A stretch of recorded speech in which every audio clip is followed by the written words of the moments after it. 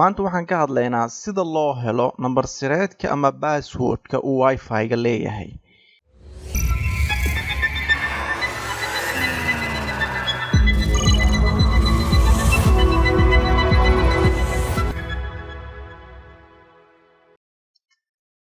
Assalaamu calaykum waraxmatullaahi wabarakaatu. Waxaad ku soo dhawaataan janalka Somiskills.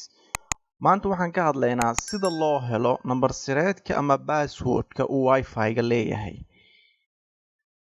Nambar sireedka Wi-Fi-ga markaan ku leeyahay waxaan ula jeedaa Wi-Fi-yada aad kombiyuutarkaaga hore ugu xiratay nambar sireedkooda.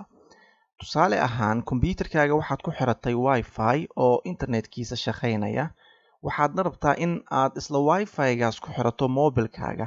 Hase yeeshee passwordkiisa ayaa kaa dhumay oo maxaad samaynaysaa? Marka sida aad passwordka ku heli lahayd ayaan ku sharxaynaa muuqaalkani.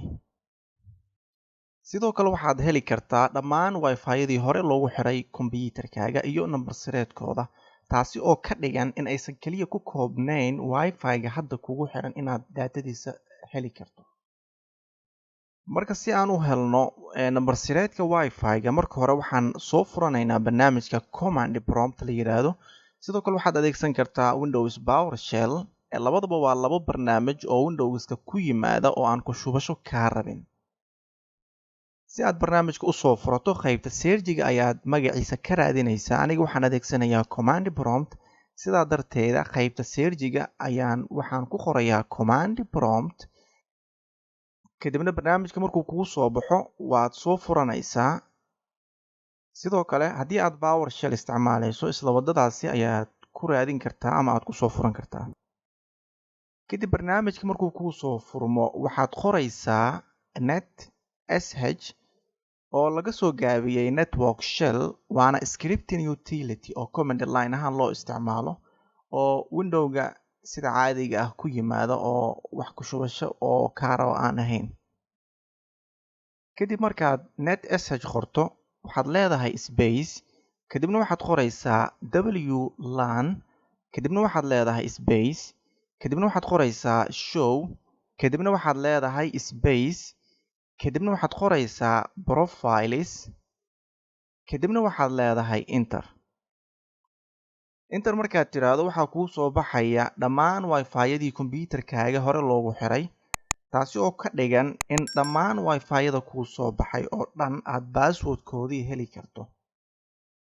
Marka si aad u hesho passwordka Wi-Fi-ga aad rabto, sidii hadda oo kale waxaad qoraysaa NetSH WLAN show profiles.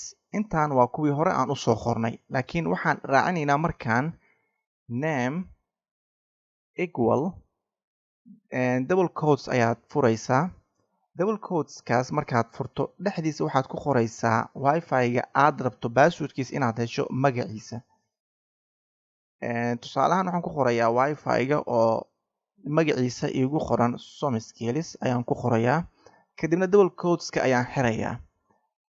Kadib double quotes markaad xirto waxaad leedahay oo aad qoraysaa space ayaad leedahay marka hore.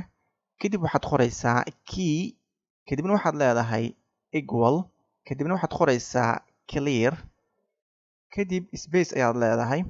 Kadib waxaad qoraysaa calaamadda oo pipe-ka loo yaqaano ayaad qoraysaa oo aad ku qori karto shift iyo backslash adigoo isla qabanaya. Kadib waxaad qoraysaa find markaad qorto, kadib space ayaad leedahay. Kadib waxaad furaysaa double quotes, kadibna double quoteskaas waxaad ku qoraysaa key oo keyda capital ah, kadibna space ayaad leedahay. Kadibna waxaad qoraysaa content oo c-da capital ah, kadibna waxaad ku xiraysaa double quoteska ayaad ku xiraysaa, kadibna waxaad leedahay enter. Enter markaad tiraahdo waxaa halkaan kaaga soo baxaya Wi-Fi-ga aad dooratay ama magaciisa aad ku soo qortay name-ka. Passwordkiisa ayaa halkaan kaaga soo baxaya. Waxaan rajaynayaa inaad fahanteen. Haddii koodka aan soo qornay ama qoraalka aan soo qornay qoritaankiisa haddii uu kugu culus yahay, qaybta description-ka ayaan kuu dhigayaa asigoo dhammaystiran oo halkaas ayaad ka koobiyeysan kartaa. Kaliya waxaad bedelaysaa magaca oo Wi-Fi ku qoran meesha Somiskills ay ka tahay magaca wifi-ga aad rabto ayaad ku bedelinaysaa oo kaliya